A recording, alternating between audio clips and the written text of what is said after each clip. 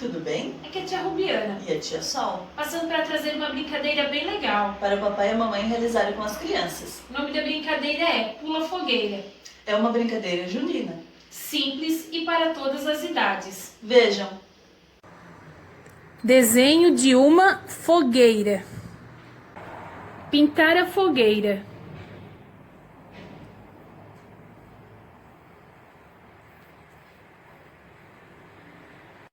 Recortar a fogueira.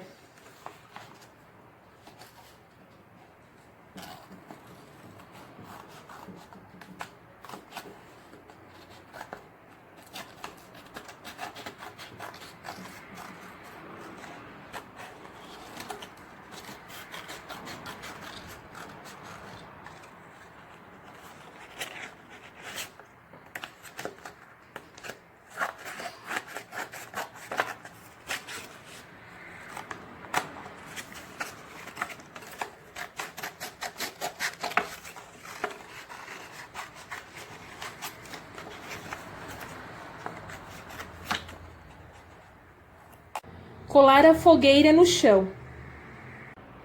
Aí é só preparar o seu melhor salto e pular a fogueira, podendo a criança estar no colo do papai ou da mamãe, com ajuda ou sozinha.